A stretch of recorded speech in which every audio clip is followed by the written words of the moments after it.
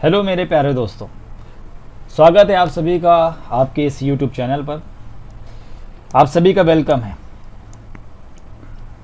हम सभी पढ़ रहे हैं NCERT, जैसा कि आप सभी को पता है। आज हम चैप्टर 9 पढ़ेंगे। पिछले 8 चैप्टर हम पढ़ चुके हैं। अगर आपने नहीं पढ़ा है तो अभी आप इस चैनल पर जाएं और वो 8 चैनल को आप पढ़ें। बहुत ही अच्छे तरीके से और बहुत ही बढ़िया कॉन्सेप्ट आपको दिया गया है। अगर आपने चैनल अभी तक सब्सक्राइब नहीं किया है तो प्लीज़ इसको सब्सक्राइब करो, लाइक भी करना अगर अच्छा लगे तो। और कोई मेरे लिए सुझाव हो, कोई बात हो तो प्लीज़ आप कमेंट सेक्शन में जा कर के मुझे बताइएगा। तो बिना किसी टाइम वेस्टिंग के अब सीधे मुद्दे पर आते हैं। जैसा कि अपनी आदत है कि हमें अपना और आपका दोनों का समय बचाना है और सीधे मुद्दे की बात करनी है। बुक का नाम है हमारे अतीत। कक्षा 6 की यह पुस्तक है और पिछले 8 अध्याय हम पढ़ चुके हैं। आज हम पढ़ने वाले हैं 9वां अध्याय और उम्मीद है आप सभी ये क्लास देख भी रहे होंगे और जो ज़रूरी चीज़ें हैं एग्ज़ाम्स के लिए उसका नोट्स भी बना रहे होंगे। भाइयों, मैं एक बात और बता दूं कि मैं इस NCERT बुक का लाइन बाय लाइन क्यों पढ़ा रहा हूँ, क्योंकि मैं चाहूँ तो इसका आपको शॉर्ट्स नोट्स पढ़ा सकता हूँ, आपको माइंड मैप्स के थ्रू बना सकता हूँ, पढ़ा सकता हूँ। लेकिन मैं ऐसा क्यों कर रहा हूँ? क्योंकि बहुत लोगों के पास बुक्स हो सकती हैं, कि बुक्स हैं घर पर रखी हैं, लेकिन उनके पास टाइम नहीं है। किसी न किसी कारण से, हो सकता है वो जॉब में है या किसी घर पे पढ़ने का माहौल नहीं रहता या लाइब्रेरी जाने का माहौल नहीं रहता या कोई और रीज़न है जिसकी वजह से वो पढ़ नहीं पा रहे हैं। तो हम ये वीडियो इसीलिए लाए हैं ताकि हम आसानी से वीडियो के माध्यम से लाइन बाय लाइन ये पढ़ सकें, ताकि आपको ये ना लगे कि शायद NCERT में कोई और भी चीज़ होगी जो इन्होंने पढ़ाते समय छोड़ दिया होगा। क्योंकि कभी कभी होता है टीचर अपने अकॉर्डिंग भी चीज़ें सेट कर लेता है। मैं चाहता हूं कि आप NCERT एक बार लाइन बाय लाइन पढ़ें। बाकी मैं शॉर्ट्स नोट या माइंड मैप्स के ज़रिए बाद में भी पढ़ा दूंगा ये हिस्ट्री। तो अभी हम NCERT चैप्टर 9 अध्याय 9 पढ़ेंगे, जिसका नाम है व्यापारी, राजा और तीर्थयात्री। ठीक है, तो चलो इसको हम शुरू करते हैं। देखो, हमेशा की तरह एक प्यारी सी बच्ची का फोटो। बाजार में घूमती जगनी, बच्ची का नाम है जगनी। जगनी अपने गांव के मेले की आस लगाए बैठी थी, उम्मीद लगाए बैठी थी। स्टील की चमकदार बर्तन, रंग बिरंगी प्लास्टिक की बाल्टियां, शोख रंगों के फूलों के प्रिंटों वाले कपड़े, चाबी से चलने वाले मज़ेदार खिलौने और उसे बहुत अच्छे लगते थे। ये जगनी को, जैसे कि सारे बच्चे होते हैं कि खेल खिलौने सब बहुत अच्छे लगते हैं, ऐसे ही जगनी भी थी। इन चीज़ों को बेचने वाले दुकानदार बसों और ट्रकों पर आते थे और रात को अपना सामान समेटकर वापस चले जाते थे। जगनी को हैरानी होती थी कि ये लोग हमेशा इस तरह क्यों घूमते रहते हैं। मतलब आज यहाँ बस से आए, ट्रक से आए, सामान लाए, सामान पैक किया, दूसरी जगह चले गए। तो जगनी सोचती थी ये लोग हमेशा ऐसा ही क्यों करते रहते हैं। उसकी माँ ने बताया कि ये लोग व्यापारी हैं। वे चीज़ों को उन जगहों से खरीदते थे जहाँ ये बनाए जाते थे और फिर उन्हें मेलों में बेचते थे। ठीक, तो ये सिंपल सी बात थी। अब आ जाओ मुद्दे पर। व्यापार और व्यापारियों के बारे में जानकारी कैसे मिली। अध्याय 8 यानी पिछले अध्याय में आपने उत्तर के काले पॉलिश वाले बर्तनों के बारे में पढ़ा। आपको याद होगा पिछले चैप्टर में हमने उत्तर काले पॉलिशदार जो बर्तन थे उसके बारे में पढ़ा। ये क्या होते हैं आपको याद है? नहीं याद होगा, आप भूल गए होंगे। उत्तर काले पॉलिशदार बर्तन वे होते थे जो कि भारत के उत्तर की तरफ पाए जाते हैं और ये जब इनको बनाया जाता था, जैसे कुम्हार होता है वो जो मिट्टी के बर्तन बनाता है तो उसको क्या करता है, उपले से या कंडों से उसको ढक देता है, हाई टेम्परेचर देता है, तो वो बर्तन हो जाते थे काले। और वो जो काले बर्तन होते थे कच्चा मटका है, अब जो आग में पक गया है, ठीक, उसके बाद वो काला हो जाता था। उस मटके के ऊपर, ये मटका है, इस मटके के यहाँ बाहर की तरफ एक चमकदार पॉलिश कर दी जाती थी जिससे वो चमकने लगता था। तो इसी बर्तन का नाम पड़ गया उत्तर काले पॉलिशदार बर्तन। ठीक, ये खूबसूरत बर्तन खास तौर पर इसकी कटोरियाँ तथा थालियाँ इस उपमहाद्वीप के अनेक पुरा स्थलों से मिले हैं। सवाल उठता है कि इन जगहों पर ये बर्तन कैसे पहुँचे होंगे। अब ये कह रहा है कि जो ये उत्तर काले पॉलिशदार बर्तन हैं, ये हमने पिछले क्लास में मथुरा की बात करी थी। तो ये इसके अलावा कई जगह पर मिले हुए हैं भारत में। लेकिन अब ये सोचो कि भारत में अन्य जगह पर मिले कैसे, जैसे यहाँ से यहाँ इस जगह इस जगह इस जगह इस जगह ऐसे कहीं पर भी हैं, तो वहाँ पर पहुँचे कैसे। यानी कहीं ना कहीं जो साधन हैं, ट्रक हैं, बस हैं, परिवहन की चीज़ें हैं, इसका कहीं ना कहीं रोल है। ठीक।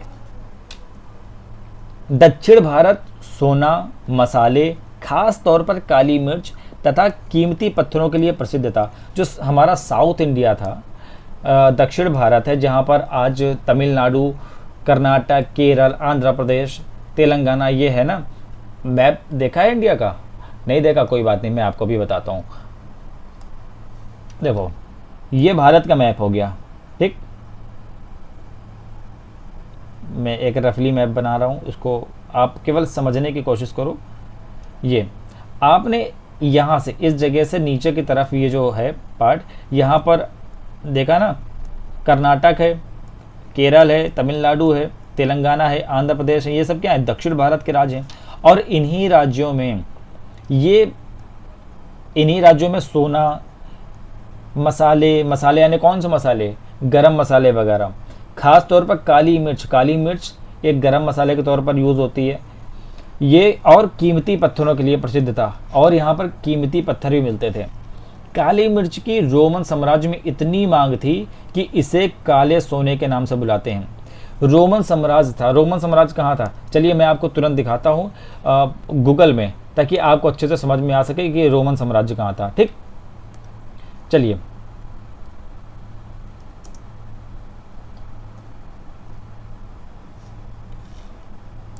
ये देखो,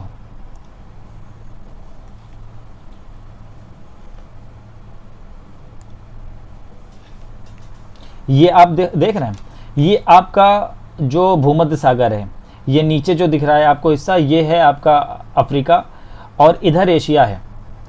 ध्यान से देखो इस चीज़ को। और ये जो यूरोप वाला हिस्सा है ना, इटली को छोड़ करके बाकी ये लाल लाल हिस्सा दिख रहा है, ठीक, उत्तरी अफ्रीका का भी छोटा सा पार्ट आ रहा है, ये था रोमन साम्राज्य। ठीक है। तो इसी रोमन साम्राज्य में ये जो काली मिर्च थी, इसका बहुत ज़्यादा मांग थी, और इसको ये लोग बुलाते थे ब्लैक गोल्ड, काला सोना के नाम से। इतना ज़्यादा डिमांड थी इसकी। व्यापारी, और आगे चल के देखना, ये जो काली मिर्च वगैरह है ना, इसी वजह से हमारे भारत में आगे चलकर ये जो ब्रिटिशर्स आए, या पुर्तगाली आए, या फ्रांस आए, आगे जो भी अंग्रेज़ी कंपनियां आई ना, वो सब क्यों आई थी? यही सब चीज़ें लेने आई थी भारत में, इन्हीं का व्यापार करने के लिए आई थी। यहाँ से ले जाते थे, हम अपने यहाँ बेचते थे। और कहीं ना कहीं इसी चीज़ का रोल है हमारे भारत में, जो अंग्रेज़ों का शासन हुआ, पुर्तगालीज रहे, फ्रांसीसी रहे, डच के लोग रहे, ये सब रहे, तो ये कहीं ना कहीं ब्लैक गोल्ड यानी कि ये काली मिर्च का ही एक रोल था। इसकी वजह से ही वो लोग आए थे। व्यापारी इन सामानों को समुद्री जहाज़ों और सड़कों के रास्ते रोम पहुंचाते थे। ये रोम को कैसे पहुंचाते थे? रोम में ये जो रोमन साम्राज्य आपने देखा, रोमन एम्पायर, ये है रोमन साम्राज्य की असली फ़ोटो। ठीक है, वो भाई साहब गलत था, वो मुझे भी ठीक नहीं लगा, तभी मेरे दिमाग में घूम रहा था। ये देखो असली रोमन साम्राज्य ये, इसमें इटली शामिल होगा, क्योंकि इटली में ही तो भाई रोम है, और इसमें इटली ही गायब कर दिया। ये देखो आज का ये स्पेन, पुर्तगाल, फ्रांस, इधर की ये नीदरलैंड वगैरह, ठीक, जर्मनी, और ये इटली, इधर के ये कंट्रीज़ दिख रहा है ना। और इधर आज का जो तुर्की है ये भी शामिल था, जो मिस्र है यानी कि इजिप्ट है, उसका भी उत्तरी हिस्सा शामिल था। यानी अफ्रीका के जितने भी इधर कोस्टल वाले स्टेट हैं, सबका कोस्टली जो भी एरियाज थे, जो कि भूमध्य सागर से लगे हुए थे, वो सभी किसमें थे? रोमन साम्राज्य में थे। और रोमन साम्राज्य में भाई काली मिर्च की बहुत ज़्यादा मांग थी। ये समुद्र के रास्ते या सड़क के रास्ते जैसे भी होता था, ये काली मिर्च को ले जा करके ये रोमन साम्राज्य ले जाते थे। दक्षिण भारत में ऐसे अनेक रोमन सोने के सिक्के मिले हैं। यानी कह रहा है कि यही दक्षिण भारत में बहुत सारे रोमन साम्राज्य के सिक्के मिले हैं। सिक्के मिलने का मतलब क्या है? यानी कि वो लोग यहाँ पर सिक्के लेके आए, काली मिर्च खरीदी, चले गए, तो तभी तो यहाँ रोम के सिक्के मिले। इससे यह अंदाज़ा लगाया जाता है कि उन दिनों रोम के साथ बहुत अच्छा व्यापार चल रहा था। ठीक, समझ गए बात को? और रोमन साम्राज्य की भी फोटो देख ली, याद रखना, फिर से एक बार देख लो रोमन साम्राज्य की फोटो। ये है रोमन साम्राज्य, ये आसपास के सारे रीजन हैं, इसमें इंक्लूडिंग ये इटली भी, ठीक है। चलो आ जाओ आगे पढ़ते हैं। व्यापार से जुड़ी एक कविता, ये बाद में पढ़ेंगे, पहले इसको पूरी बात पढ़ते हैं। व्यापारियों ने कई समुद्री रास्ते खोज निकाले, इनमें से कुछ समुद्र के किनारे चलते थे तो कुछ अरब सागर और बंगाल की खाड़ी पार करते थे। कह रहा है कि इनमें से जो, जैसे कि आपको मैं मैप दिखाऊं, एशिया का मैप, तो आप अच्छे से समझ पाएंगे कि इनमें से कह रहा है कि कुछ लोग ऐसे थे कि समुद्र के रास्ते जाते थे, कुछ सड़क के रास्ते जाते थे। ये देखो, ये रहा आपका मैप, ठीक है। जैसे यहाँ से कोई माल उठाया, अब पेन भी आ जाए तो मज़ा आ जाए भाई, पेन भी आ जाए तो मज़ा आ जाए, चलो कोई बात नहीं। अब यहाँ से ये भारत दिख रहा है, ये भारत से इन्होंने माल ले लिया, कच्चा माल, ठीक है। अब इन्होंने, या तो ऐसे किनारे किनारे किनारे किनारे गए, तो ये लोग क्या करते थे कि ये जो व्यापारी थे, इन्होंने कई समुद्री रास्ते खोज निकाले थे। इनमें से कुछ तो समुद्र के किनारे किनारे चलते थे, कुछ अरब सागर बंगाल की खाड़ी पार करते थे। नाविक मानसूनी हवा का फ़ायदा उठाकर अपनी यात्रा जल्दी पूरी कर लेते थे। वे अफ्रीका या अरब के पूर्वी तट से इस उपमहाद्वीप के पश्चिमी तट पर पहुंचना चाहते थे। तो अगर वो अफ्रीका या जो अरब के पूर्वी तट से पहुंचना चाहते हैं तो दक्षिणी पश्चिमी मानसून के साथ चलना पसंद करते थे। दक्षिणी पश्चिमी यानी कि ये इक्वेटर है आपका, तो दक्षिणी पश्चिमी यानी कि दक्षिण पश्चिम से आ रहा है, पश्चिम इधर हो गया, दक्षिण इधर हो गया, तो हवा किधर से आएगी, इधर से। जब ऐसे हवा चलती थी ना, तो वो लोग इधर खड़े थे कि भाई चलो अब दक्षिण पश्चिमी हवा चल रही है, नाव उठाई, चल दिया। तो इससे क्या होता था ना, उनको हवा की डायरेक्शन में ही चलना होता था, तो ताकत कम लगानी होती थी, क्योंकि उस समय ऐसा नहीं था कि आज के डीजल वाले या पेट्रोल वाले या भाप वाले इंजन ज़्यादा थे, ऐसा नहीं था। इन लंबी यात्राओं के लिए मजबूत जहाज़ों का निर्माण किया जाता था, वो बेचारे ऐसे नाव खेना पड़ता था उनको। और आपको मैं दिखाऊं कि ये रहा मैप, ठीक है, ये आपको भारत दिख रहा है, ये वाला, ये पेन में लगाता हूँ, ये भारत दिख रहा है, ये तो ये जो भारत था, ये ठीक। अब यहाँ से, और उनको जाना कहाँ था, उनको जाना था इस जगह, यहाँ पर, ये रोम है, ठीक। यहाँ से तो क्या करते थे, या तो ऐसे आते थे, ऐसे, या तो इधर से आते थे, ऐसे, ठीक।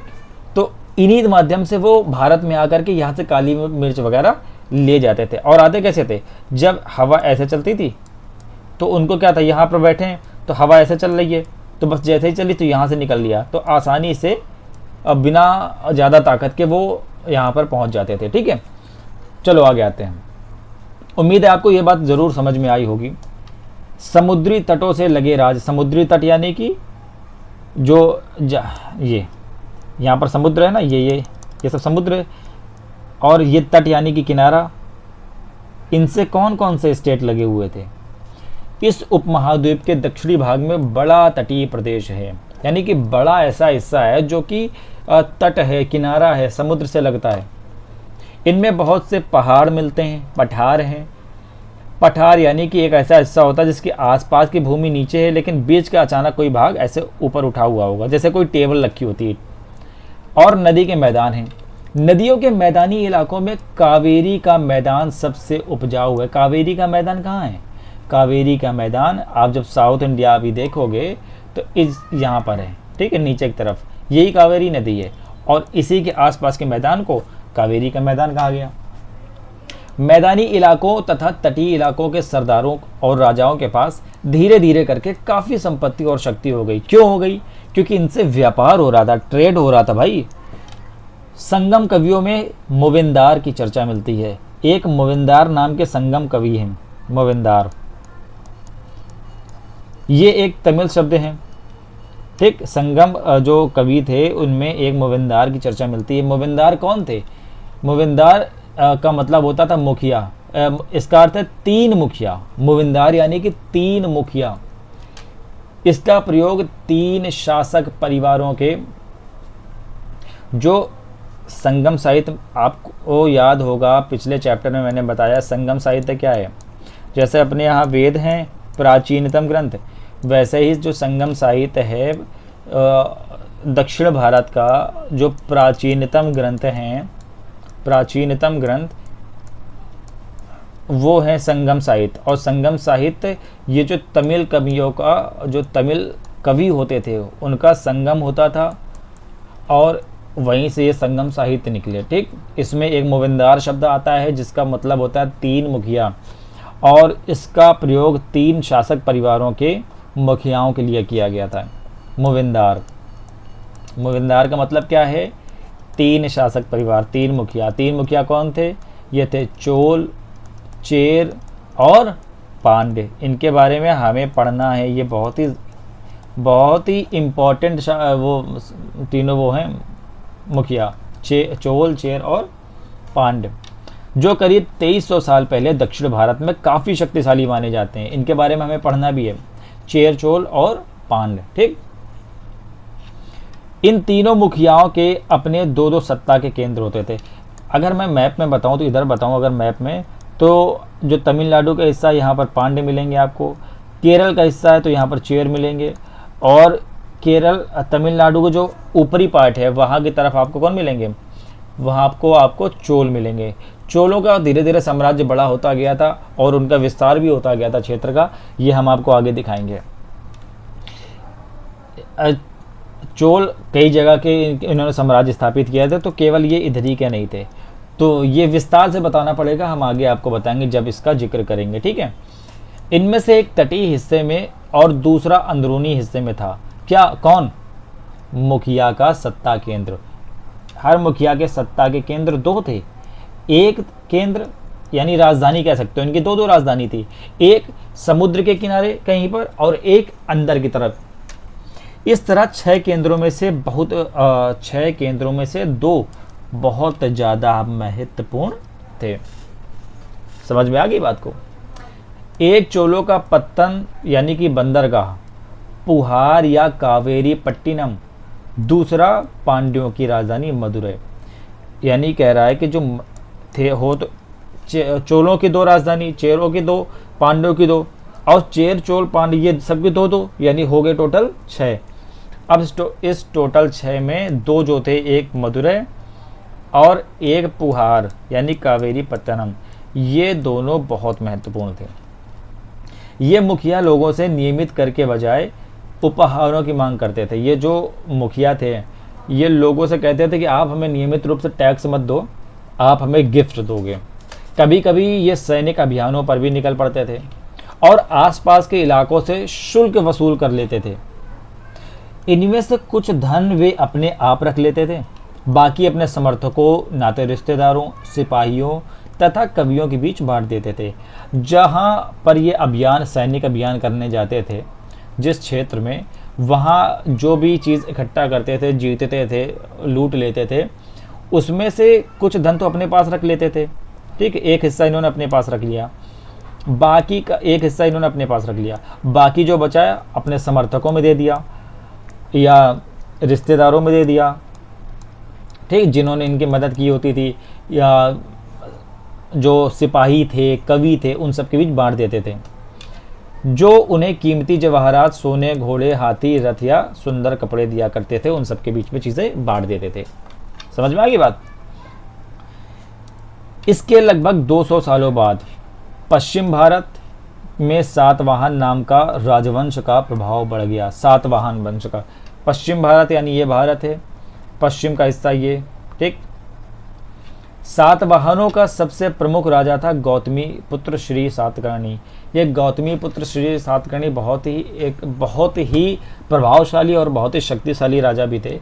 हम जब सातवाहन साम्राज्य के बारे में पढ़ेंगे तब हम इसके बारे में विस्तार से पढ़ेंगे। अगर मैं अभी आपको बताने लग जाऊंगा तो ये क्लास और लेंदी हो जाएगी, और मैं नहीं चाहता कि किसी क्लास में कोई और क्लास डालूं, तो मैं क्रम से चीज़ों को एक एक करके बताऊंगा। अभी के लिए इतना जानिए कि बस पश्चिम में एक साम्राज्य था जिस राजवंश को कहा गया सातवाहन, और इन सातवाहन में एक प्रमुख राजा हुए गौतमी पुत्र श्री सातकर्णी। ठीक है, इनके बारे में हम उनकी माँ गौतमी बलश्री द्वारा दान किए गए एक अभिलेख से पता चलता है। इनके बारे में पता कैसे चला? इनकी माँ ने जिनका नाम था गौतमी बलश्री, उन्होंने एक दान किया था एक अभिलेख, उसमें इनका जिक्र था। वह और अन्य सभी सातवाहन शासक दक्षिणापथ के स्वामी कहे जाते हैं। गौतमी पुत्र श्री सातकर्णी को क्या कहा गया? दक्षिणापथ के स्वामी, दक्षिणापथ के स्वामी। ठीक है, ये कहा गया। दक्षिणापथ का शाब्दिक अर्थ क्या है?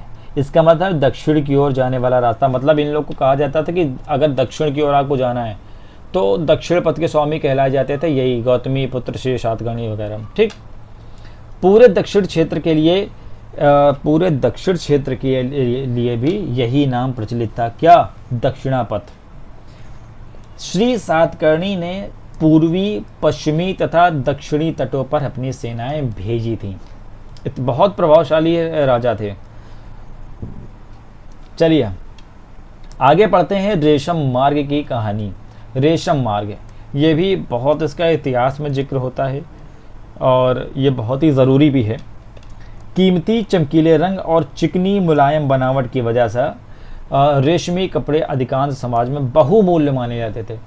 यानी जो रेशमी कपड़े थे, आज भी आपने देखा होगा रेशमी कपड़े बहुत महंगे होते हैं। महंगे क्यों होते हैं?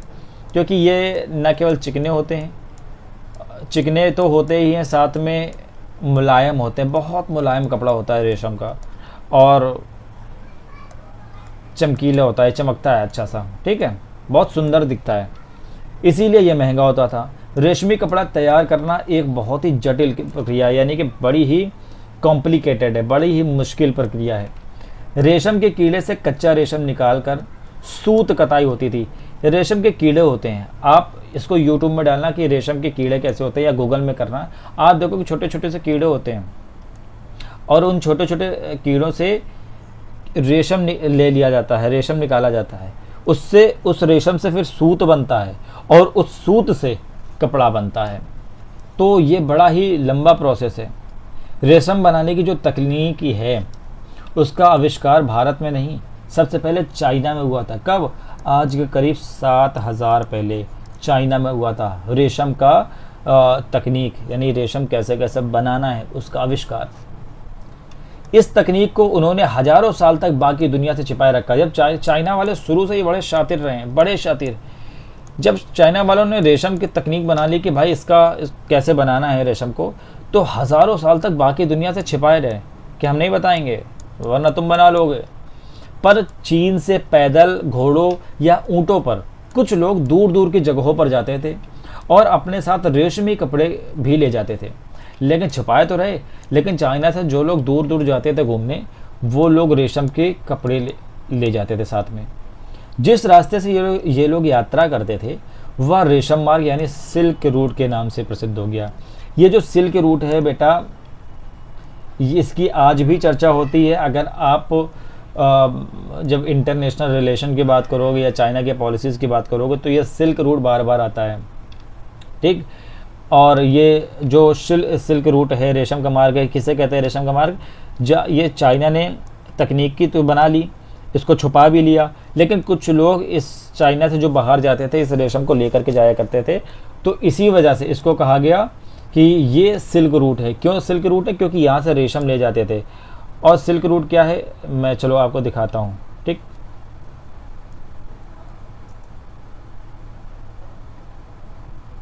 ये लो सिल्क रूट। तुरंत मैप मैं इसलिए दिखाने की कोशिश करता हूँ ताकि आप लोग को बेहतर समझ में आए। ठीक है, किसी भी तरह की माइंड में ये ना हो कि अरे यार ये क्या है, ये क्या है, ये क्या है। ये देखो सिल्क रूट, ये रहा।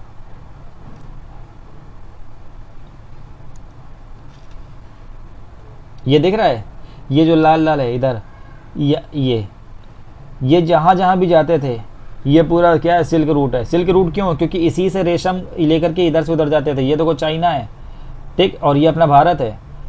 ठीक है, इसको देखो अच्छे से। चलो आ जाओ अपने मुद्दे पर। तो कभी कभी चीन के शासक ईरान और पश्चिम एशिया के शासकों को उपहार के यानी गिफ्ट के तौर पर क्या करते थे, रेशमी कपड़े बेचते थे। कौन बेचता था? चाइना के शासक। किसको? ईरान और पश्चिम एशिया। समझ रहे हो भाई, तब के ज़माने से आज तक चाइना ईरान को बढ़िया बढ़िया गिफ्ट दे रहा है।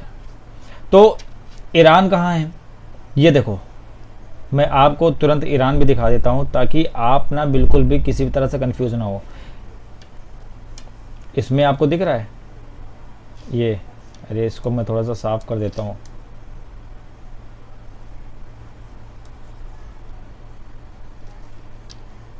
अरे पूरा ही मिट गया क्या?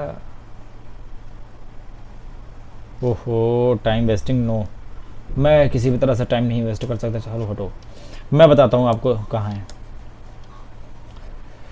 कि जब देखो चाइना, आपने चाइना देखा ना, इसमें देखो ये होगा। अरे ये भी चला गया क्या?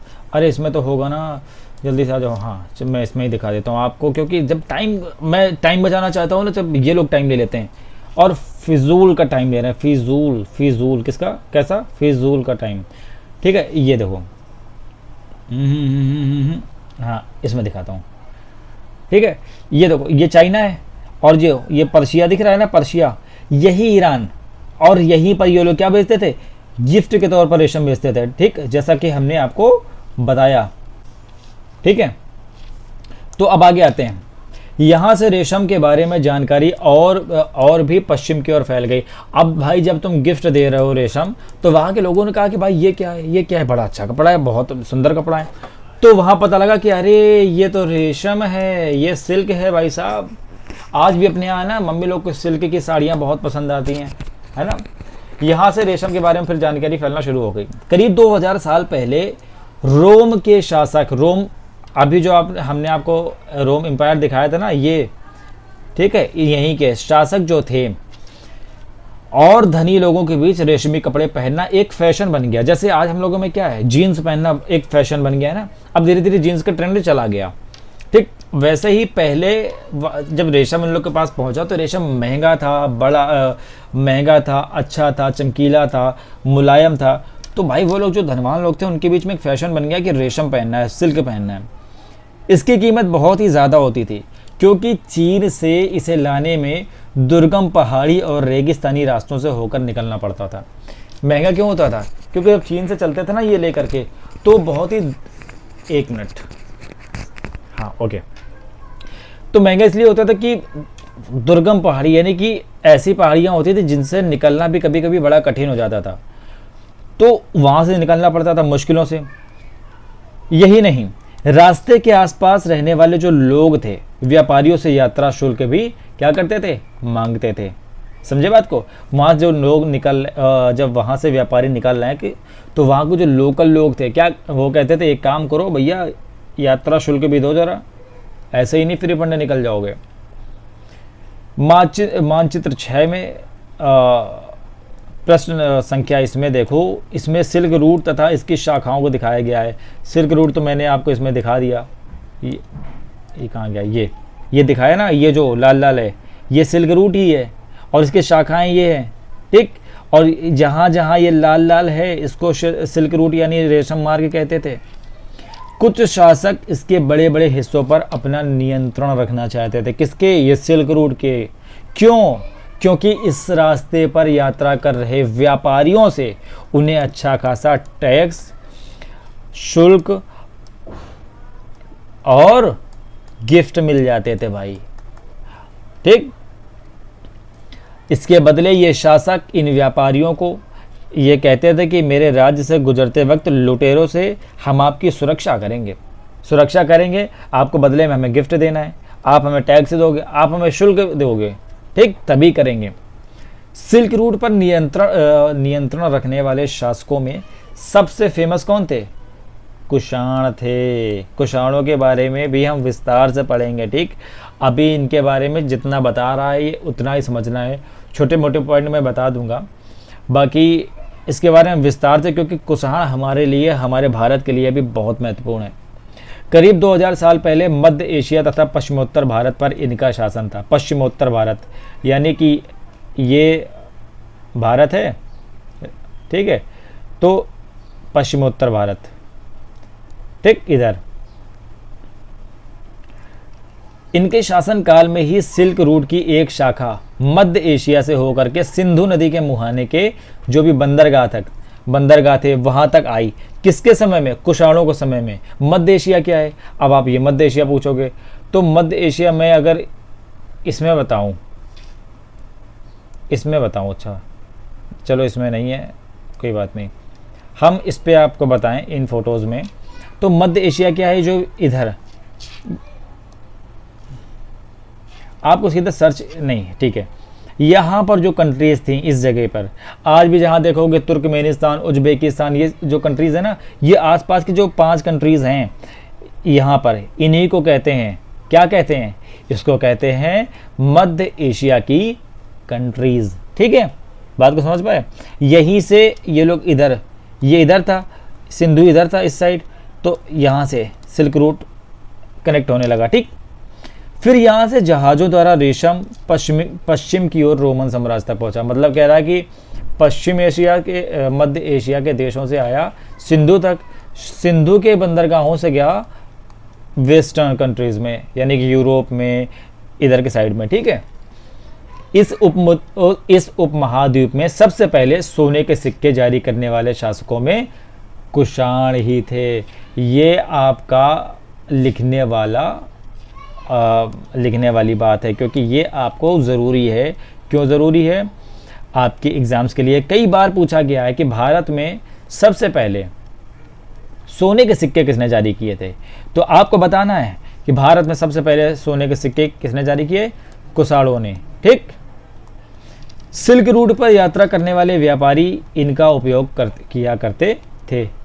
किसका उपयोग किया करते थे? सोने के सिक्कों का, ठीक है। चलो आगे हम देखते हैं कि बौद्ध धर्म का प्रसार कैसे हुआ। कुषाणों ने सबसे पहले, कुषाणों के सबसे जो प्रसिद्ध राजा थे वो थे राजा कनिष्क। कनिष्क के बारे में हमें पढ़ना होगा आगे चल के, और कनिष्क बहुत ही फेमस राजा हुए अपने भारत के भी और कुषाणों के भी। उसने करीब 1900 साल पहले शासन किया। उसने एक बौद्ध परिषद, यानी कि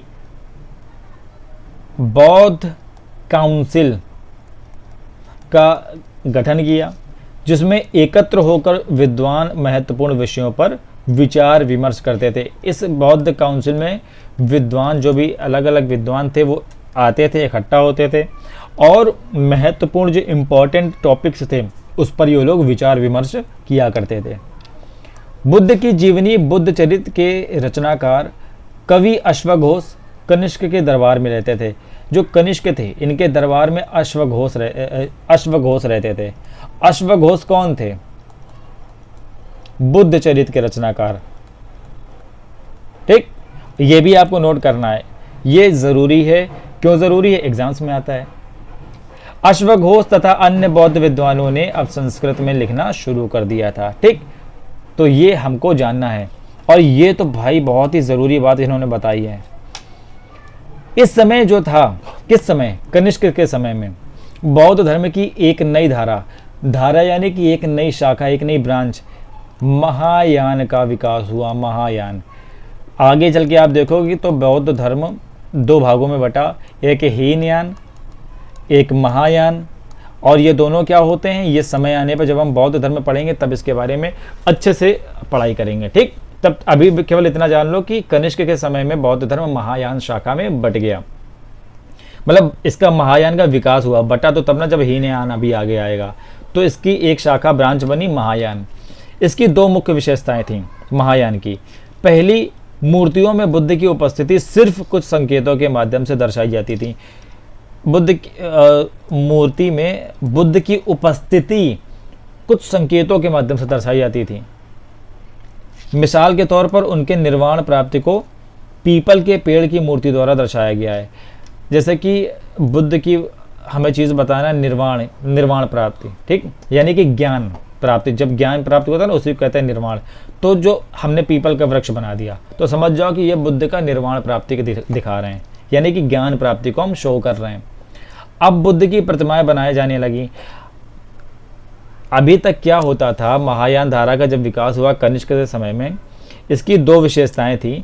पहली, जो मूर्तियों में अभी तक जो मूर्तियों में बुद्ध की उपस्थिति को सिर्फ कुछ संकेतों के माध्यम से दिखाया जाता था।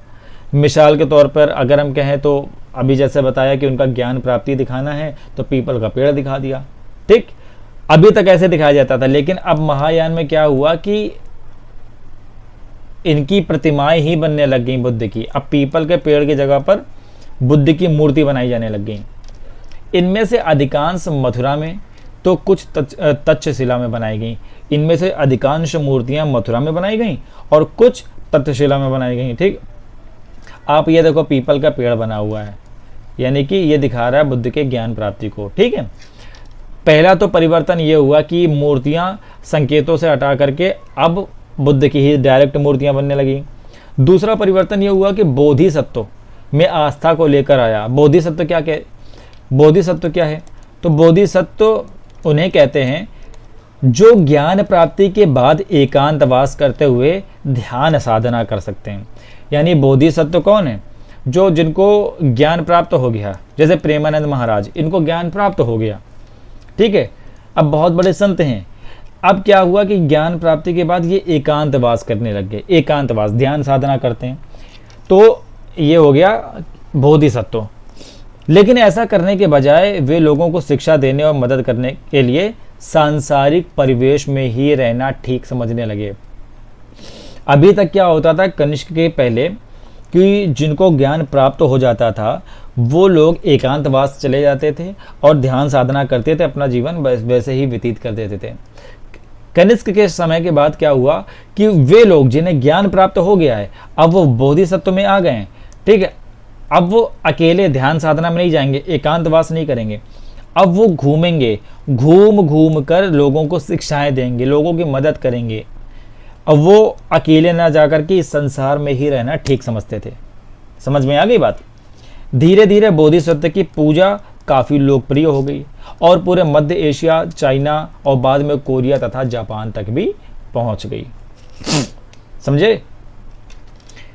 बौद्ध धर्म का प्रसार पश्चिमी और दक्षिणी भारत में हुआ, जहां बौद्ध भिक्षुओं के रहने के लिए पहाड़ों में दर्जनों गुफाएं खोदी गईं।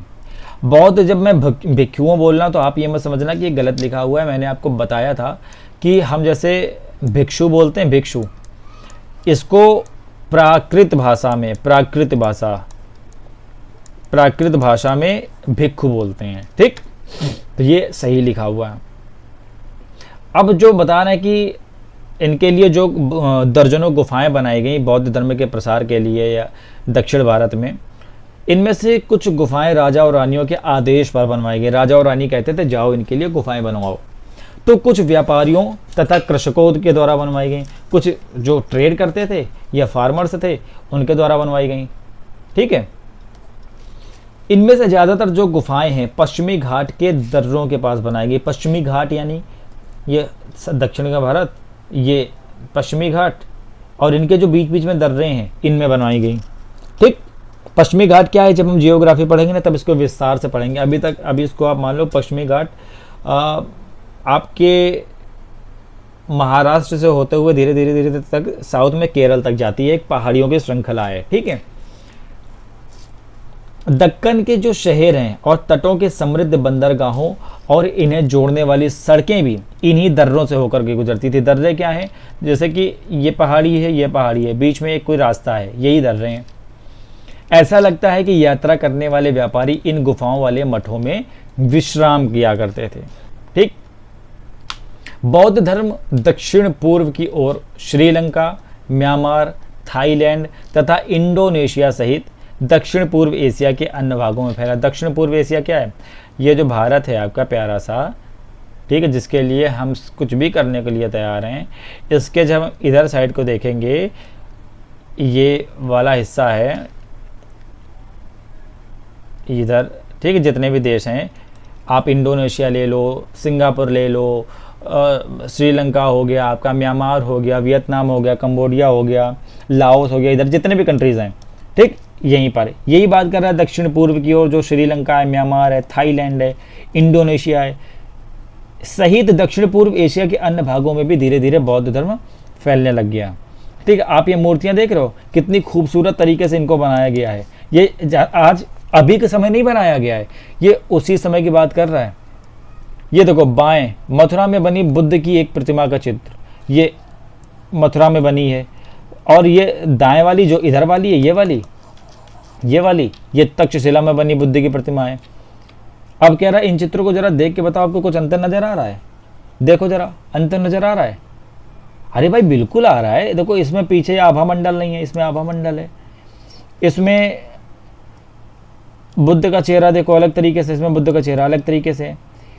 इसमें देखो बुद्ध के कपड़े देखो, इसमें बुद्ध के कपड़े देखो, है ना। और इसमें बुद्ध को खड़े हुए दिखाया गया है, इसमें बुद्ध को बैठे हुए दिखाया गया है। ठीक, तो काफी अंतर है।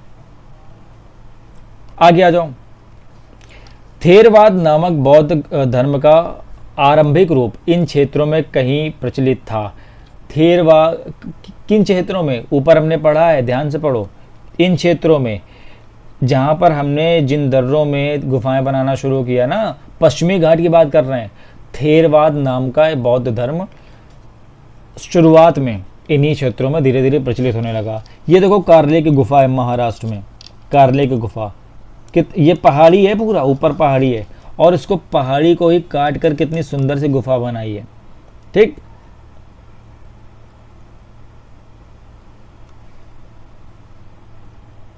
आ जाओ नीचे आ जाओ। अब देखो तीर्थयात्रियों की जिज्ञासा क्या है। व्यापारी काफिलों में तथा जहाजों पर दूर दूर जाया करते थे। बहुत से जो तीर्थयात्री थे वे भी उनके साथ यात्रा के लिए निकल पड़ते थे। तीर्थयात्री कौन होते हैं? तीर्थयात्री वे स्त्री या पुरुष होते हैं जो प्रार्थना के लिए पवित्र स्थानों की यात्रा करते हैं। आज भी हम कहते हैं ना अपने माता मम्मी पापा से कि मम्मी पापा तीर्थ में गई हैं, बाबा हमारे तीर्थयात्री हैं, तीर्थ यात्रा में गए, कहते हैं ना। तीर्थ क्या है? यानी जो पवित्र स्थान है, हमारे पूजा पाठ के स्थल हैं, वहाँ पर जो दर्शन के लिए जाते हैं, पूजा पाठ के लिए जाते हैं, तो उसको कहते हैं तीर्थ यात्रा। ठीक है।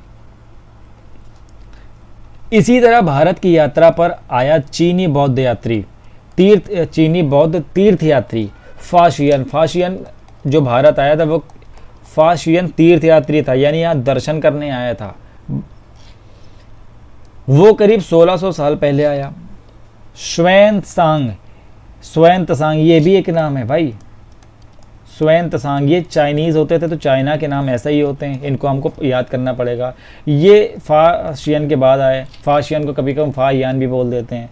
स्वान-त्सांग, ठीक, ये 1400 इनके बाद ये आए, 1400 साल पहले आए। और उसके करीब 50 साल बाद इत्सिंग आया, इत्सिंग। और ये तीनों नाम हमें याद करने पड़ेंगे। फाशियन, स्वान-त्सांग, पहले फाशियन आए, उनके बाद स्वान-त्सांग आए, फिर इसके बाद इत्सिंग आए। वे सब बुद्ध के जीवन से जुड़ी जगहों और प्रसिद्ध मठों को देखने के लिए भारत आए थे। अर्थात ये जो तीनों थे ये तीर्थ यात्रा के रूप में भारत आए थे। इनमें से प्रत्येक तीर्थयात्री ने अपनी यात्रा का वर्णन लिखा है। ये जो तीनों थे फाशियन, स्वान-त्सांग और इत्सिंग, इन्होंने, ये लोग जहाँ जहाँ भी घूमे इन्होंने अपना यात्रा का वर्णन लिखा। ये लिखते गए कि कहाँ कहाँ मैं गया, कैसे कैसे पूजा की। इन्होंने अपनी यात्रा के दौरान आई जो मुश्किलें आई थी रास्ते में वो भी लिखा है, क्योंकि अब यात्रा वर्णन लिख रहे हो तो कुछ सब कुछ लिखोगे ना। इन यात्राओं में कई वर्ष लग जाया करते थे। ऐसा नहीं था कि अब फ्लाइट पकड़ी, भारत आए, दर्शन किया, वापस चले गए। नहीं भाई, कई कई साल लग जाते थे आने में। जिन देशों और मठों को उन्होंने देखा उसके बारे में उन्होंने लिखा, और उन किताबों के बारे में भी लिखा जिन्हें वे अपने साथ ले गए। ठीक, उन्होंने सारा कुछ लिखा हुआ है। स्वान-त्सांग जिसके बारे में बताया, जो फाशियन के बाद आया, स्वान-त्सांग ये भूमार्ग से आया था। भूमार्ग यानी कि ये समुद्र से नहीं आया था, ये लैंड, जमीन, भूस्थल, उससे आया था। उत्तर पश्चिम और मध्य एशिया से होकर, उत्तर पश्चिम, ये उत्तर है, ये पश्चिम है, और इधर से आया था। यानी ये आपका अगर भारत है तो ये इधर से आया था। ठीक, चीन वापस लौटा, भूमार्ग से चीन वापस लौटा था, समुद्र के रास्ते चीन वापस नहीं लौटा, ये भूमार्ग से लौटा। और कैसे लौटा? उत्तर पश्चिम और मध्य एशिया होगा। जैसे भारत से जब ये गया, ये बता रहे हैं कि ये भारत है, हमारा प्यारा भारत, यहाँ से दर्शन कर लिया स्वान-त्सांग ने, तो गया कैसे? उत्तर पश्चिम की तरफ से यहाँ ये मध्य एशिया है, मध्य एशिया से होते हुए ये चाइना चला गया। तो कई कई साल आने जाने में लग जाया करते थे। उसने सोने, चांदी और चंदन की लकड़ी की बनी बुद्ध की मूर्तियां तथा 600 से भी ज़्यादा पांडुलिपियां एकत्र की थी। पांडुलिपि क्या होती है? हमने आपको बताया ना कि हिमालय में भूर्ज नाम के पौधे पेड़ हैं। यही भूर्ज की छाल जो होती थी, भूर्ज की छाल, भूर्ज पेड़ की छाल, उनसे ही बनते थे ये उन पे ही जब लिखा जाता था उन्हीं भूर्ज नाम के पौधों की छाल पर, तो वही बन जाती थी पांडुलिपियाँ। ऐसी करीब 600 पांडुलिपियों को स्वयं ने इकट्ठा किया और सोने, चांदी और चंदन की लकड़ी से बनी जो बुद्ध की मूर्तियाँ थी वो भी इकट्ठा की। इन्हें वो 20 घोड़ों पर लाद कर ले गया था और पर इनमें से 50 पांडुलिपियाँ उस समय खो गईं जब सिंधु नदी पार करते हुए उसकी नाव पलट गई। जब बेचारे यहाँ पर सिंधु नदी जो अभी पाकिस्तान में है इसको पार कर रहा था तो इसकी नाव पलट गई। तो 600 से ज़्यादा पांडुलिपियाँ इसने एकत्र की थी, लेकिन 50 जो थी ना इन्हीं नदियों में गिर गई और वो खो गई।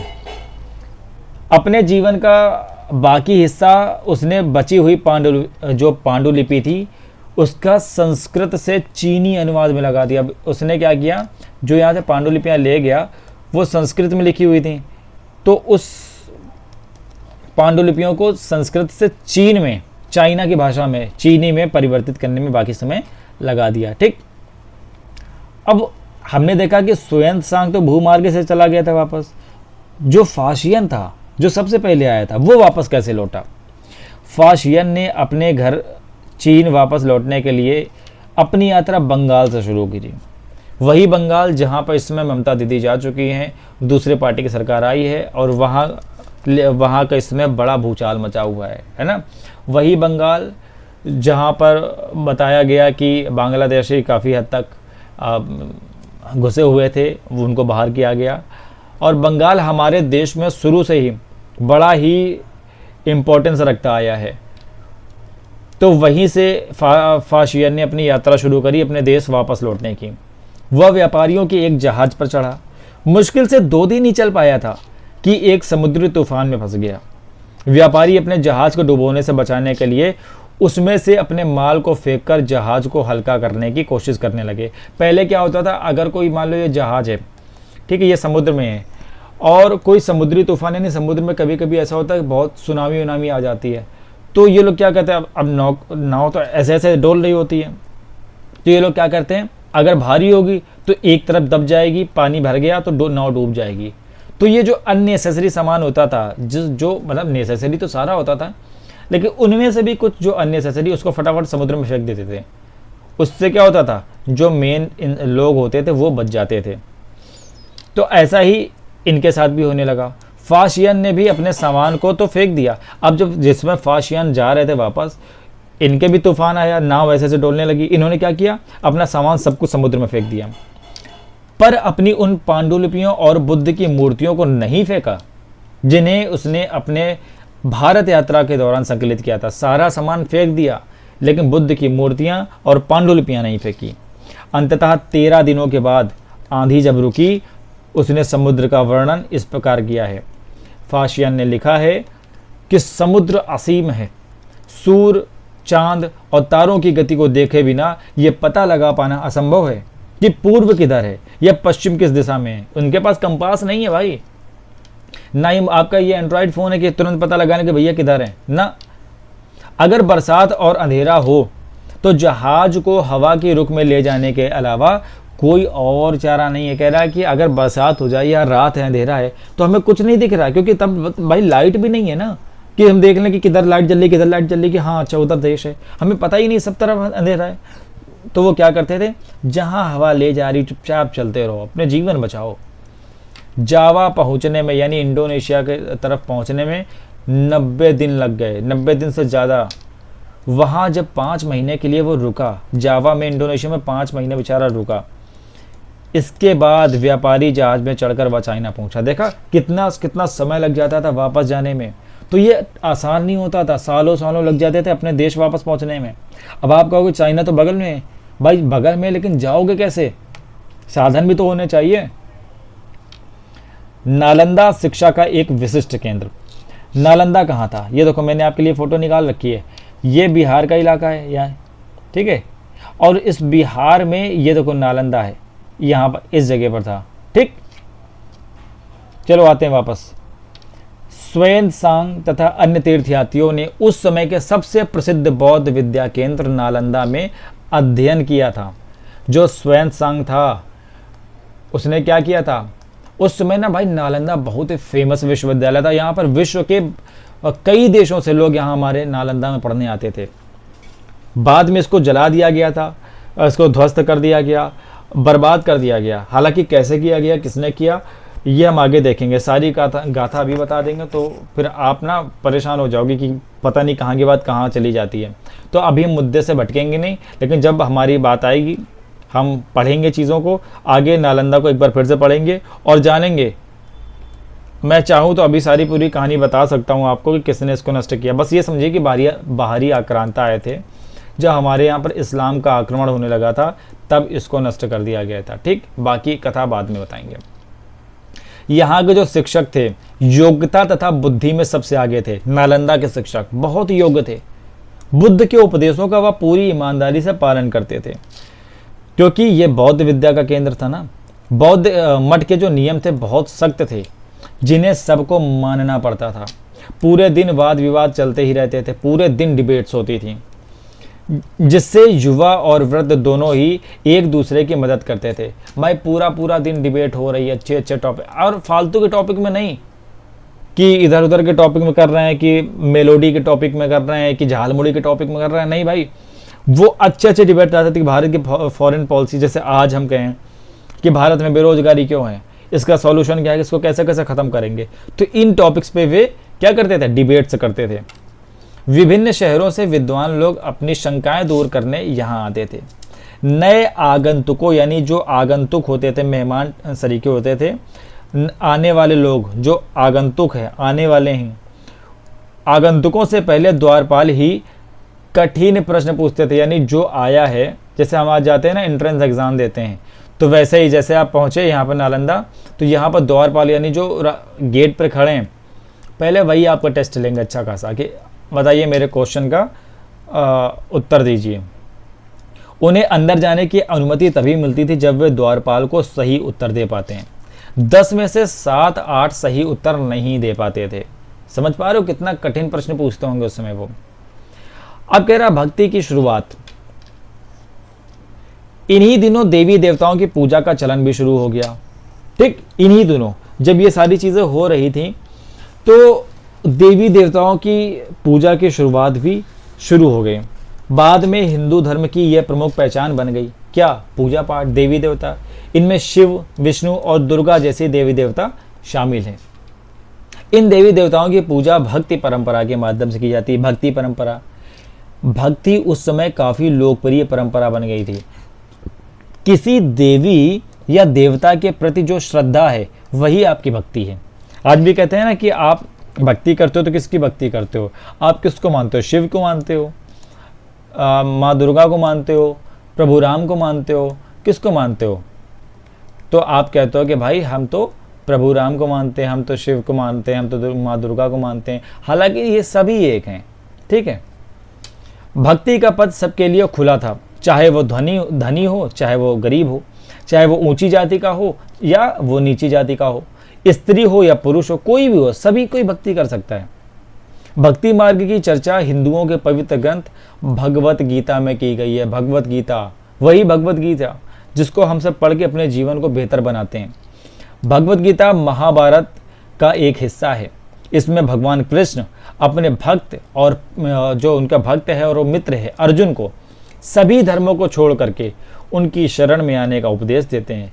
कृष्ण कहते हैं कि तुम सारे रास्ते छोड़ो, एक रास्ता अपनाओ और वो रास्ता है मेरा जो मैं बोलता हूँ, क्योंकि केवल कृष्ण ही अर्जुन को सारी बुराइयों से मुक्ति दिला सकते हैं। पूजा का यह रूप धीरे धीरे देश के विभिन्न भागों में फैलने लग गया, ठीक है। आप ये जो मूर्ति देख रहे हो ये वराह की मूर्ति है जिसे हम लोग पूजते भी हैं और हम लोग मानते भी हैं, ठीक। भक्ति मार्ग अपनाने वाले जो लोग हैं आडंबर के साथ साथ पूजा पाठ करने के बजाय ईश्वर के प्रति लगन और व्यक्तिगत पूजा पर जोर देते थे। उस समय के जो लोग थे जो भक्ति करते थे वे लोग आडंबर के साथ साथ पूजा पाठ करने के मतलब आडंबर के साथ साथ वो जो पूजा पाठ करने के बजाय ईश्वर के प्रति लगन और व्यक्तिगत पूजा पर जोर देते थे। वो कहते थे ईश्वर से हमारा लगाव है। भक्ति मार्ग यानी कि जो भक्ति मार्ग जो आराधना करते थे अपनाने वालों का यह मानना था कि अगर अपने आराध्य देवी या देवता के सच्चे मन से पूजा की जाए तो वो उसी रूप में दर्शन देंगे जिसमें भक्त उसे देखना चाहते हैं। मतलब वो लोग जो मानते थे वो ये कहते थे कि अगर हम शिव की पूजा कर रहे हैं, अगर हम माँ दुर्गा की पूजा कर रहे हैं, जिसको भी आराध्य मानते हैं, जिनकी पूजा करते हैं, जिनकी आराधना करते हैं, वो हमें उसी रूप में दर्शन देने आएंगे जिस रूप में हम उन्हें देखना चाहते हैं। इसीलिए आराध्य देवी या देवता मानव के रूप में भी हो सकते हैं। इसीलिए उन्होंने कहा कि हो सकता है वो मानव रूप में आ जाएं। कौन? देवी और देवता जिनकी हम पूजा कर रहे हैं, या फिर शेर के रूप में आ सकते हैं, पेड़ के रूप में आ सकते हैं, या किसी अन्य रूप में आ सकते हैं, हमें नहीं पता। जैसे जैसे इस विचार को समाज द्वारा स्वीकृति मिलती गई, कलाकार देवी देवता एक से बढ़कर एक खूबसूरत मूर्तियां तैयार करने लगे। यानी कह रहा है कि आप जिसकी पूजा करते हो, जिसको मानते हो, आप उनको जिस रूप में देखना चाहते हो, मानव के रूप में देखना चाहते हो, शेर के रूप में देखना चाहते हो, बिल्ली के रूप में देखना चाहते हो, जैसे देखना चाहते हो, आप जिसकी पूजा कर रहे हो वो उसी रूप में आपको दर्शन देंगे। बोलते हैं ना जाने किस भेष में आकर नारायण मिल जाएगा, वही है। तो हम जैसे देखना चाहते हैं वो हमारे आराध्य, हमारे भगवान वैसे ही हमको दिखेंगे। अब आते हैं भक्ति क्या है। भक्ति भज शब्द से बना है। भक्ति बना है भज शब्द का। भज शब्द का मतलब क्या होता है? भज शब्द का मतलब होता है विभाजित करना या हिस्सेदारी। इसका अर्थ यह है कि भक्ति भगवान और भक्त के बीच परस्पर एक अतरंग संबंध है। अतरंग संबंध का मतलब क्या है? अतरंग संबंध यानी कि ये भगवान है, एक बड़ा ही निराला संबंध है जिसको आप कह सकते हो, और भक्त के बीच में बड़ा ही निराला संबंध है। भक्ति भगवत या भगवान के प्रति झुकाव है। जब भक्ति करते हैं तो हम भगवान के प्रति झुके हुए होते हैं, मतलब अपना जो नमन करते हैं, अपने आप को झुकाते हैं। भगवत का एक अर्थ यह भी है जो अपने ऐश्वर्य या सुख को भक्तों के साथ बांटता है। मतलब भगवत का एक अर्थ ये भी है, कह रहा है कि जो अपने ऐश्वर्य है, अपने सुख है, उसको भक्तों के साथ बांटे। यानी कि आप ये समझो कि सभी के साथ सहानुभूति रखे, समभाव रखे।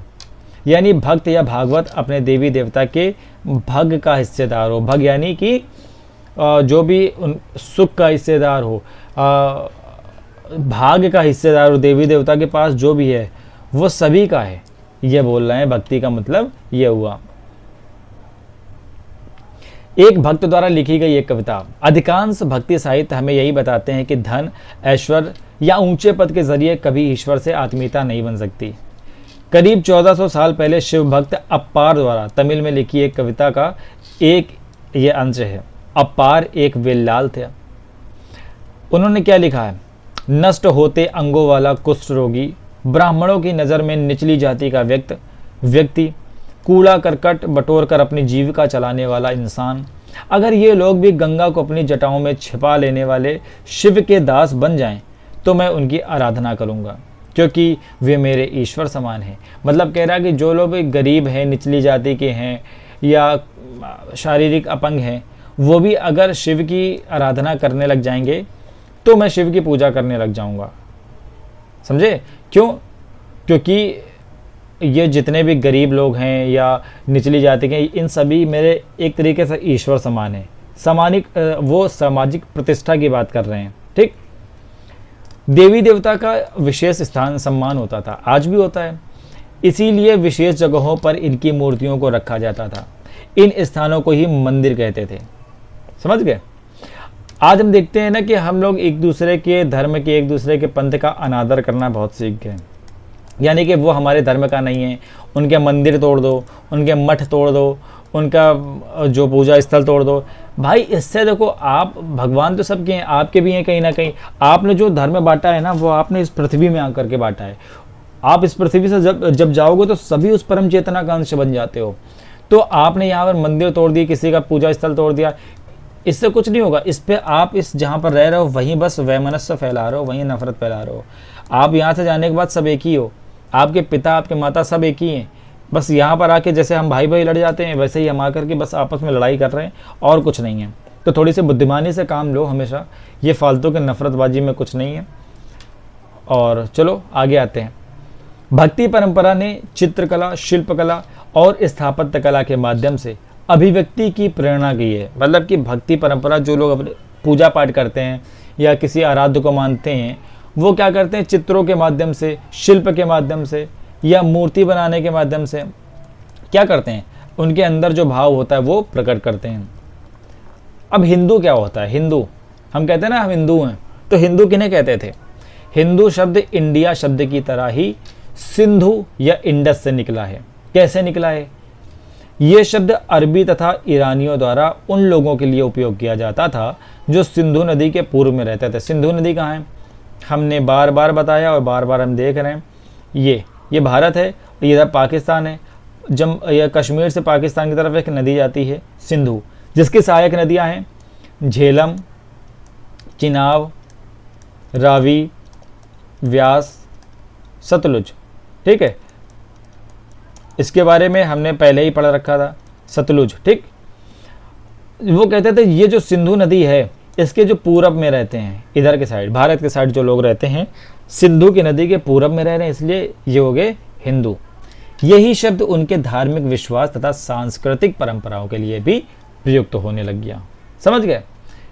और ये सिंधु के हिंदू और सिंधु के पूर्व में रहने वाले हिंदू, ये किसने कहा? अरब कौन? सऊदी अरब है ना, बोलते हैं सऊदी अरब।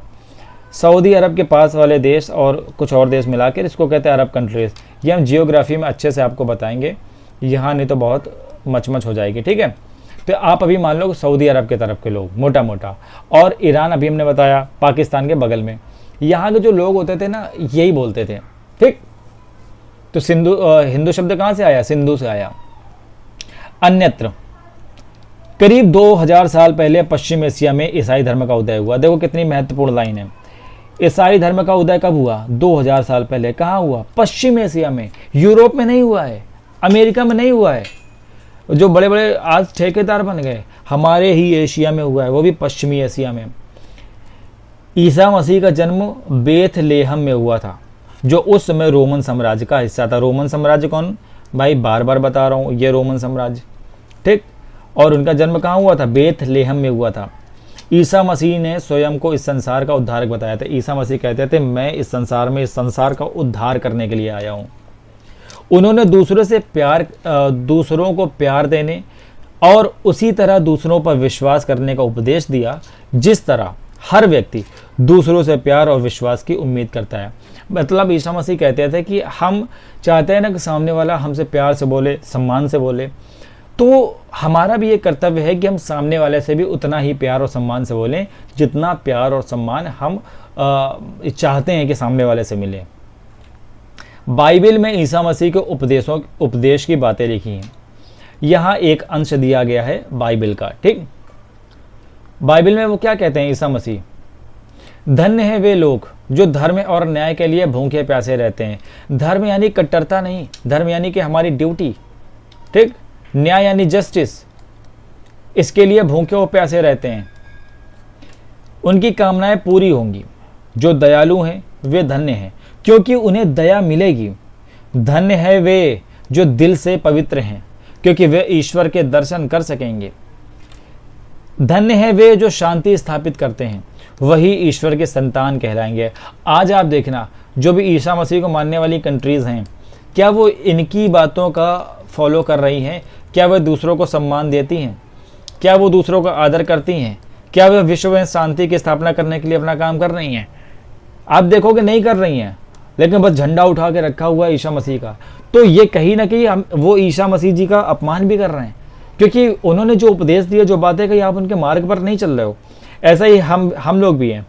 हम जब प्रभु राम की बात करते हैं, प्रभु कृष्ण की बात करते हैं, हम अपने आराध्यों की बात करते हैं, या हम बाबा साहब भीमराव अम्बेडकर जी की बात करते हैं, ठीक है, जय भीम के नारे भी लगाते हैं, ठीक है, कोई दिक्कत नहीं, लगानी चाहिए, लेकिन आप ये देखो कि आपने अंबेडकर जी को पढ़ा कितना है, आपने अंबेडकर जी को जाना कितना है, आप इनकी शिक्षाओं को कितना अपने अंदर ग्रहण कर पाए हो, तब जाकर के जय भीम के नारे लगाओ।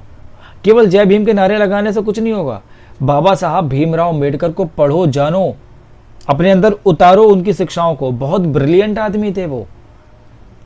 ईसा मसीह के उपदेश साधारण लोगों को बहुत पसंद आए और धीरे धीरे ये पश्चिमी एशिया, अफ्रीका तथा यूरोप में फैलने लग गए। ईसा मसीह की मृत्यु के 100 साल के अंदर ही भारतीय उपमहाद्वीप के पश्चिमी तट पर पहले ईसाई धर्म प्रचारक पश्चिम एशिया से आए। ईसा मसीह जी की जब डेथ हुई तो उसके 100 साल के अंदर अंदर भारत में भी एक ईसाई धर्म के प्रचारक आ गए पश्चिम एशिया से। ठीक है, केरल के ईसाइयों को सीरियाई ईसाई कहा जाता है क्योंकि संभवतः वे पश्चिम एशिया से आए थे। वे विश्व के सबसे पुराने ईसाइयों में से एक हैं। कौन? हमारे जो केरल में रहने वाले सीरियाई ईसाई, सीरियाई ईसाई, ये विश्व के सबसे पुराने ईसाइयों में से एक हैं। ठीक, अब ये वाला हमने चैप्टर तो कंप्लीट कर लिया। अब चाहो तो ये छोटे छोटे एक्टिविटी कर लो, इनको मिलान कर लो और पॉज करके, और ये जो डेट्स हैं भाई, ये डेट्स ज़रूर याद कर लेना, और छोटे छोटे से एक प्रश्न है इनको ज़रूर देख लो। और बाकी हो गया, अगले अब हम पढ़ेंगे अध्याय 10, वो भी पढ़ेंगे अगले वीडियो में। तब तक बस छोटी सी एक बात समझते जाओ फिर चले जाना। चैनल को सब्सक्राइब नहीं किया हो तो भाई सब्सक्राइब कर लो, ये विनती भी है और ये आपकी ड्यूटी भी है, क्योंकि अगर आप कोई चीज़ पढ़ रहे हो तो सामने वाले के भी मेहनत का ख्याल रखो यार। और अगर अच्छा लगा हो तो प्लीज़ इसको लाइक ज़रूर करो, और कोई बात हो, कोई सलाह हो, कोई मशवरा हो तो आप कमेंट सेक्शन में हमको बताएं, ज़रूर बताएं। वीडियो कैसा लगा ये भी बताएं। और भाई सबसे अहम बात, आप सभी प्यारे भाइयों से, प्यारी बहनों से, कि थैंक यू सो मच मुझसे जुड़ने के लिए और ये वीडियो देखने के लिए। और हो सके तो अपने दोस्तों में और अपने साथ वालों में ये चैनल और विस्तार कराओ, इसका सब्सक्राइबर बढ़वाओ और लोगों को पहुंचाओ ताकि उनकी भी हेल्प हो सके। थैंक यू सो मच, मिलते हैं अगले वीडियो में। तब तक के लिए आप अपना ख्याल रखें और चलिए बाय बाय, टेक केयर।